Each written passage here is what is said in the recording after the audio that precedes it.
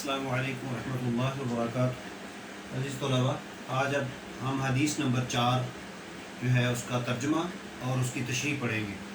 نبی اکرم صلی اللہ علیہ وسلم کا فرمان گرامی ہے، من صلی علیہ مرۃ فتح اللہ لہ بابا من العافیہ، جس شخص نے مجھ پر ایک مرتبہ درود بھیجا، اللہ تعالیٰ نے اس کے لیے ایک عافیت کا دروازہ کھول دیا۔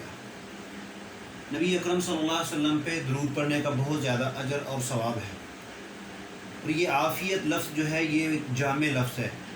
ہر طرح کی عافیت، حفاظت، اللہ کی پناہ، اللہ تعالیٰ کی رحمت اس شخص کو حاصل ہوتی ہے جو نبی اکرم صلی اللہ علیہ وسلم پہ درود بھیجتا ہے۔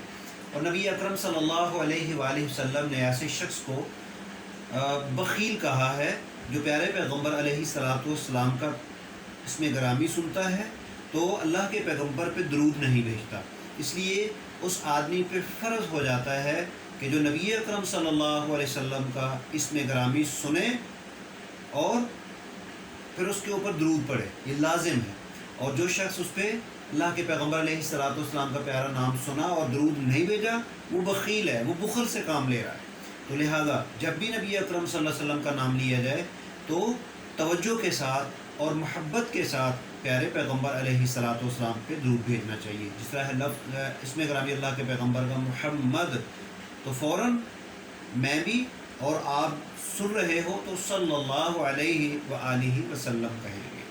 اور یہ اللہ کے پیغمبر علیہ الصلوۃ والسلام کا ہمارے اوپر حق ہے کہ ہم اللہ کے پیغمبر سے محبت کرتے ہوئے اللہ کے پیغمبر پہ درود بھیجیں۔ اور یہ درود اتنی عظیم جو ہے وہ اللہ کے پیغمبر علیہ الصلوۃ والسلام پہ بھیجنے کی یہ ایک نیکی ہے، اتنا اجر اور ثواب اس کا ملتا ہے، اور یہ اتنی عظیم عبادت ہے، یہ اللہ کا حکم ہے نا۔ اللہ تعالیٰ نے خود قرآن مجید میں ارشاد فرمایا ہے، یا ایھا الذین آمنوا صلوا علیہ وسلموا تسلیما، اور پہلے اس سے اللہ نے یہ ذکر کیا، ان اللہ وملائکتہ یصلون علی النبی۔ اللہ تعالیٰ فرماتا ہے کہ بے شک اللہ تعالیٰ اور اللہ کے فرشتے نبی صلی اللہ علیہ وسلم پہ درود بھیجتے ہیں، تو اے اہل ایمان تم بھی نبی اکرم صلی اللہ علیہ وسلم پہ درود بھیجا کرو، درود اسلام بھیجا کرو۔ تو اللہ کا درود بھیجنا وہ کیا ہے؟ اللہ کا درود بھیجنا یہ نہیں ہے کہ درود جو ہم پڑھیں گے یا اللہ کے فرشتے بھیجتے ہیں یا پڑھتے ہیں، تو اس کا مطلب یہ ہے کہ اللہ سے دعا کرتے ہیں اللہ تعالیٰ کے پیغمبر علیہ الصلوۃ والسلام کی عظمت کے لیے، ان کی رفعت اور بلندی کے لیے، اللہ تعالیٰ کی رحمت کا ان کے لیے سوال کیا جاتا ہے۔ تو اللہ تعالیٰ کا درود بھیجنا اللہ کا رحمت بھیجنا ہے کہ اللہ اپنے پیغمبر پہ رحمتیں بھیجتے ہیں۔ ہم اللہ تعالیٰ سے، اللہ تعالیٰ کے نبی پہ جب درود بھیجتے ہیں تو اللہ تعالیٰ سے رحمت کا سوال کرتے ہیں اور اللہ تعالیٰ سے رحمت مانگتے ہیں پیارے پیغمبر علیہ الصلوۃ والسلام کے لیے۔ اور جب اللہ تعالیٰ درود بھیجتے ہیں تو اللہ کا درود بھیجنا اللہ کا رحمت بھیجنا ہے، تو اس لیے یہ بڑا عظیم عمل ہے۔ تو ہمیں نبی اکرم صلی اللہ علیہ وسلم پہ درود بھیجنا چاہیے۔ بڑی اس کے بارے میں احادیث ہیں جو نبی اکرم صلی اللہ علیہ وسلم کے فرامین گرامی ہیں۔ تو اس وقت تک اللہ تعالیٰ دعا کوئی قبول نہیں کرتے۔ ایک آدمی جو ہے لمبی چوڑی دعائیں کر رہا ہے، اللہ سے مانگ رہا ہے، لیکن پیارے پیغمبر پہ درود نہیں بھیجتا، درود نہیں پڑھتا، اللہ تعالیٰ اس کی دعا کو قبول نہیں کرتے۔ اور اسی طرح ہم جب نماز پڑھتے ہیں تو نماز کی حالت میں ہم سارا دعائیں بھی پڑھتے ہیں، سارا رکوع و سجود اللہ تعالیٰ کے حضور جھکتے ہیں، اور پھر تشہد کے اندر، التحیات کے اندر ہم تشہد پڑھنے کے بعد اللہ کے پیغمبر پہ درود بھیجتے ہیں، پھر اس کے بعد دعائیں دوسری جو ہے وہ پڑھی جاتی ہیں۔ تو اگر کوئی آدمی ساری نماز زبردست پڑھتا ہے لیکن درود نہیں پڑھتا تو اس کی وہ نماز جو ہے وہ اللہ تعالیٰ کے ہاں قابل قبول نہیں ہے۔ تو دعا کا بھی یہ طریقہ اور سلیقہ بتایا گیا ہے کہ جب ہم دعا کریں اللہ کی حمد و ثنا بیان کریں، پھر نبی صلی اللہ علیہ وسلم پہ درود بھیجیں، اور پھر اللہ کے پیغمبر علیہ السلام پہ درود بھیجنے کے بعد ہم اللہ تعالیٰ سے دعائیں کریں اور آخر میں پھر درود بھیجیں۔ تو یہ ایک بڑا اچھا طریقہ ہے اللہ تعالیٰ کے حضور اپنی دعا کو قبول کروانے کا، اللہ تعالیٰ ایسی دعا کو قبول فرماتے ہیں۔ تو اس جو ہے وہ حدیث کی تشریح کے حوالے سے آپ دیکھیں، نبی اکرم صلی اللہ علیہ وسلم محسن انسانیت ہے۔ کیا مطلب؟ اللہ تعالیٰ کے پیغمبر کا ہمارے اوپر احسان ہے۔ کیا احسان ہے؟ اللہ کے پیغمبر علیہ الصلوۃ والسلام نے ہمیں اللہ کا تعارف کروایا ہے، اللہ کی پہچان کروائی ہے، ہمیں ہدایت کے راستے جو ہیں وہ بتائے، جنتی راستے بتائے ہیں، جہنم کے رستوں سے ہمیں آگاہ کیا ہے کہ یہ جہنمی راستہ ہے، یہ اللہ کی نافرمانی کا راستہ ہے، اس سے بچ جاؤ۔